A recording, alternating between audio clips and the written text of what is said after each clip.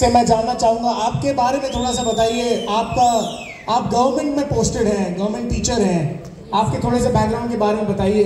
कब आप बिजनेस में आए, उसके पहले क्या बैकग्राउंड था आपका, इसके पहले डायरेक्ट सेलिंग की है कि नहीं? आप हिंदी आती? समझ में आती है। आप तेलुगु में बोलिए, अगर आप तेलुगु में बोलते हैं तो ट्रांसलेशन हो जाएगा। प्लीज बैकग्राउंड के बारे में बताइए। ఎస్ గుడ్ మార్నింగ్ లీడర్స్, నా పేరు శ్రావణి, నేను ఒక గవర్నమెంట్ ఎంప్లాయీని, టీచర్ని. సో మేము వెస్టీజ్ బిజినెస్కి రాకముందు నా స్టడీస్లో చాలా ఇబ్బంది ఉండేదండి. 2006లో మా ఫాదర్ ఎక్స్పైర్ అయిపోయారు హార్ట్ ప్రాబ్లంతో. సో అప్పుడు నేను 10th చదువుతుండేదాన్ని. ఇంకా 10thలో మంచి మార్కులు వచ్చాయి, కానీ నెక్స్ట్ ఇంటర్ చదవడానికి మా మమ్మీ దగ్గర పైసలు లేక చదివించను అన్నారు. బట్ నేను చదవడానికి చాలా ఇంట్రెస్ట్గా ఉండడంతో మా మేనత్త వాళ్ళ ఇంట్లో విలేజ్లో, మేము ఒరిస్సా నుంచి బట్ హైదరాబాద్లో సెటిల్ అయ్యాము. సో అక్కడ ఆంధ్ర ఒరిస్సా బార్డర్ మాది. సో మా మేనత్త వాళ్ళు ఆంధ్రాలో ఉంటారు. సో వాళ్ళు సరే ఇక్కడ ఉండి గవర్నమెంట్ కాలేజ్లో చదువుకుంటుంది అని అంటే, మా మదర్, నేను చాలా అసలు 3-4 డేస్ తినకుండా ఏడ్చుకుంటూ అడిగితే ఇంకా సరే అని చెప్పారు. సో అట్లా నేను ఇంటర్కి అక్కడ ఉండి చదువుకోవాలని డిసైడ్ అయ్యాను. సో అక్కడ ఉండి చదువుతూ ఉన్నప్పుడు వాళ్ళకు కొన్ని ఫైనాన్షియల్ ప్రాబ్లమ్స్ రావడంతో ఫస్ట్ ఇయర్ అయిపోయాక సెకండ్ ఇయర్ కష్టమేమో అనిపించింది. మళ్ళీ హైదరాబాద్ రావాలన్నా ఏంటా అనేది అర్థం కాలేదు. సో కష్టంగా ఇంటర్ అయింది. తర్వాత నేను మళ్ళీ చదువుకొని డైట్ చేశానండి, డిప్లొమా ఇన్ ఎడ్యుకేషన్. ఇది కూడా చేయడానికి చాలా కష్టమైంది. నన్ను ఒక సంస్థ వాళ్ళు చదివించారు అండ్ ఫీజు అన్నీ వాళ్ళే చూసుకునేవాళ్ళు. తర్వాత నేను హైదరాబాద్లో డైట్ చేశాను. చాలా కష్టపడుతూ అక్కడ చాలా ప్రాబ్లమ్స్ వచ్చాయి. మధ్యలో వచ్చేస్తా అన్నా కానీ మా అమ్మ ఉండి, మధ్యలో మానేస్తే చదువు లేదు, ఏది లేదు, మధ్యలో ఉండిపోతావు అంటే ఇంకా కొంచెం అవన్నీ తట్టుకొని చదువుకోవడం వల్ల నెక్స్ట్ డిఎస్సి రాసి జాబ్కి వచ్చాం. జాబ్కి వచ్చాక కొంచెం బెటర్ అయింది. అంతకంటే ముందు ఉన్న లైఫ్ కంటే కాస్త బెటర్ అయింది జాబ్లోకి వచ్చాక. మేడం వాళ్ళు ఉండేది యాక్చువల్గా मैडम जो रहते हैं उन्होंने आंध्रा उड़ीसा बॉर्डर से थे, तो उन्होंने बचपन में छोटे थे, मतलब 2007 में लगभग इनके फादर जी ने हार्ट अटैक से एक्सपायर हो गए थे. तो इनको पढ़ने का बहुत इंटरेस्ट था, पढ़ाई नहीं चाह रहे थे, मगर इन्होंने 2-3 दिन खाना नहीं खाए, रोए ज़बरदस्ती करने से, रोने से. फिर इनको इनके साथ जो फादर के जो बहन होते हैं, पुप्पू बोलते हैं, तो उनके पास जाके पढ़े. वो भी 1 साल तक पढ़ाए. फिर उनका भी फाइनेंशियल सिचुएशन बहुत टाइट था. फिर उसके बाद उन्होंने हैदराबाद आए. हैदराबाद आके बहुत मुश्किल से पढ़ाई हुई उनकी. विकाराबाद में भी टीचर का पढ़े. उसके बाद अभी ये गवर्नमेंट जॉब उनको मिला यहाँ तक. तो आपका एज अ गवर्नमेंट टीचर लगभग क्या इनकम हो जाता है? अभी भी है आप गवर्नमेंट में? लगभग क्या इनकम हो जाता होगा? अभी 70,000 आया गवर्नमेंट से. ओके. ये बिजनेस जब आया आपके पास, आप दोनों के पास आया या आपके पास ही आया श्रावणी मैडम? सर के पास आया. तो मैं एक बार सर से जानना चाहूँगा, एक बार माइक दीजिए सर को, कि आपके पास जब ये बिजनेस आया आपका क्या बैकग्राउंड रहा है? मेरा प्राइवेट सेक्टर जॉब से. Private sector job. तो जब ये बिजनेस आया तो आपको क्या लगा इस बिजनेस के बारे में? तो बहुत सुना है, पहले कोई डायरेक्ट सेलिंग बैकग्राउंड रहा है आप? यस, फर्स्ट टाइम है. इसके पहले नहीं रहा. कब आया वेस्टीज बिजनेस आपके पास? 2020 में आया. वो स्क्रीन पे वीडियो चला दीजिए. 2020 में जब ये बिजनेस आया तो उनका गवर्नमेंट का जॉब है, आपके पास एक अच्छा प्राइवेट जॉब है, आपका भी सैलरी अच्छा होगा. तो आपको क्या लगा इस बिजनेस के बारे में उस समय? సార్ ఏమన్నారు సార్ నాకు ఈ బిజినెస్ గురించి మీకు ఏమనిపించింది ఎప్పుడైతే మీకు ఫస్ట్ టైం వెస్టీజ్ గురించి తెలిసింది? సార్ ఫస్ట్ టైం ఈ యొక్క బిజినెస్ వచ్చి 2020లో రావడం జరిగింది. సో నేను ప్రైవేట్ సెక్టర్లో జాబ్ చేస్తుండే 13 సంవత్సరాలు, 13 ఇయర్స్ ఎక్స్పీరియన్స్. సో అక్కడ ఓన్లీ జాబ్ చేసేది ఓటీ గురించి మాత్రమే, ఓటీ కోసమే డ్యూటీ చేసేది.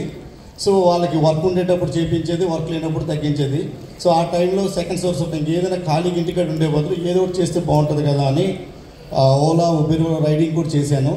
అట్ ద సేమ్ టైం ఈ యొక్క బిజినెస్ అన్నది నాకు మా రిలేటివ్ ఎక్కడది హైదరాబాద్, సికింద్రాబాద్ దగ్గర హరిహర కళాభవన్లో చాలా పెద్ద మీటింగ్ జరుగుతుండేటప్పుడు అక్కడ నుండి వీడియో కాల్ చేసి చూపించారు.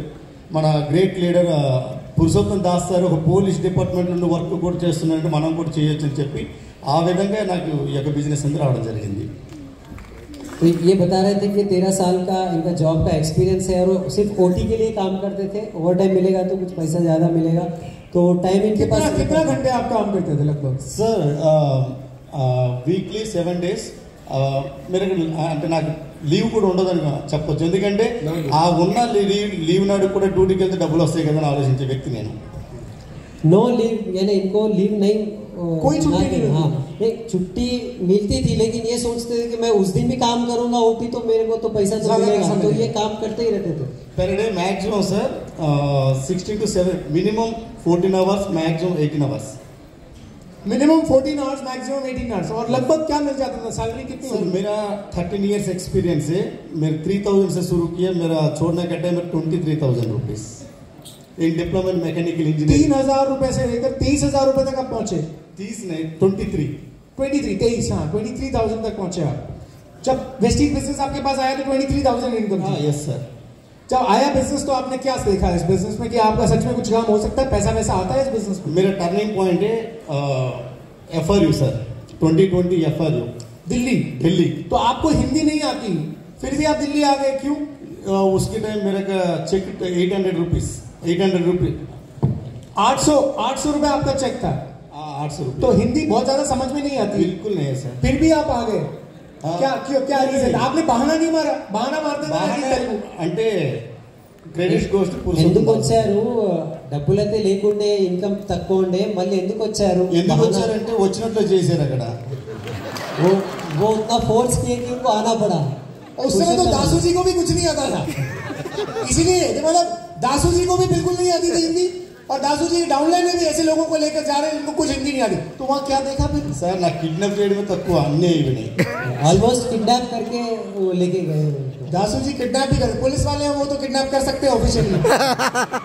तो आपने क्या देखा 3 दिन में वहाँ पे? 3 दिन గా చెవుటోడ ముందు శంఖ ముదిరినట్లుగా ఉండే సార్. కానీ ఏం వినిపించలేదు, ఏం కనిపించలేదు. కానీ ఎక్సైట్మెంట్ ఒకటి చూశాను. ఫస్ట్ ఆఫ్ ఆల్ లైఫ్లో అటువంటి ఈవెంట్ ఫస్ట్ టైం నేను అడిగేటప్పుడు ఢిల్లీ అంటే సార్ అది ఢిల్లీ సార్ గల్లీ కాదని అంటే బాబు నాకు కూడా హిందీ రాదు నీకు కూడా హిందీ రాదు నేను వెళ్తున్నంటే నువ్వు కూడా రా.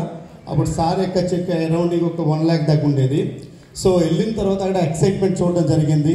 అందరి యొక్క ప్రొఫెషన్ అక్కడ ఆర్డినరీ టు ఎక్స్ట్రాడినరీ అంటే చెప్పాలంటే అక్కడ మన కేకే సింగ్ గారు కావచ్చు, లేదంటే మనకి గులాబ్ సింగ్ జడేజా గారు కావచ్చు, ప్రతి ఒక్క లీడర్తో అక్కడ చూడడం జరిగింది, వాళ్ళ మాటలు జరిగింది. అక్కడ ఉన్న ఎన్విరాన్మెంట్ చూసిన తర్వాత ఇక్కడ ఏదో ఒకటి ఉంది పక్క నేను కూడా చేస్తానని ఫిక్స్ అయ్యాను ఆ రోజు. उनको ज़्यादा कुछ समझ में नहीं आया. एक बहरे इंसान जैसा वो सिर्फ ये देख रहे थे कि एक्साइटमेंट बहुत फुल है और अच्छे पढ़े लिखे लोग भी है, मतलब डॉक्टर है और केके सिंह सर है. तो वो एक्साइटमेंट देखकर इनको लगा कि इसमें कुछ है और मुझे भी करना चाहिए.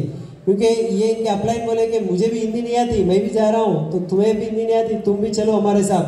तो हम वैसे भी हमको जाना ही जाना है. तो वो दोनों आ गए वहाँ पर. तो अब 3 साल के अंदर कितनी इनकम हो गई है? ఇప్పుడు इनकम लोग वेस्टीज बिजनेस से 1.8 lakhs 1,80,000 का इनका अभी वेस्टीज का चेक. अब जॉब छोड़ दिए? సార్ చూడది అంటే ఒక రోజు అలా అయిపోయింది పరిస్థితి. నేను డ్యూటీకి వెళ్ళకుండా అక్కడ వెరీ ఇంపార్టెంట్ వర్క్ ఉందాడ. ఆ రోజు నేను CEO మీటింగ్ బొగ్గులుకుంటున్నా. సో ఆ రోజు నాకు ఫోన్ చేసి ఏడున్నారు బాబు అంటే నేను CEO మీటింగ్ ఉన్నా అంటే నీకు ఇది ఇంపార్టెంట్ అది ఇంపార్టెంట్ అంటే అక్కడ 13 సంవత్సరాలు చేస్తే 23,000 దాకా వచ్చాను, ఇది నాకు ఇంపార్టెంట్ అన్నారు. ఆ టైంలో నా ఇన్కమ్ వచ్చి వెస్టేజ్లో 8,000 రూపాయలు. సో ఆ రోజు వాళ్ళు అన్నారు మరి నీ ఇష్టం చూడంటే అవసరం లేదు, కొంచెం కోపడ్డారు. కోపం అయ్యేటప్పుడు దాసర్ పక్క నుండి నేనున్నా నీకు ఎందుకని అన్నారు, నీ జాబ్ వద్దు నువ్వు వద్దు అని చెప్పాను. నెక్స్ట్ రోజు కూడా లేదు. ये ऐसा मौका आ गया कि जॉब छोड़ना नहीं चाह रहे थे, तो बहुत इम्पोर्टेंट काम था जॉब का. लेकिन ये बुगुलकुंटा CEO मीटिंग में खड़े थे, तो वहाँ से ऑफिस से फ़ोन आया, आप कहाँ हो? बोलते हम तो मीटिंग में. तो यहाँ काम है और आप वहाँ क्या कर रहे हो? तो फिर आपको जॉब चाहिए या फिर ये बिजनेस चाहिए? तो ये बोले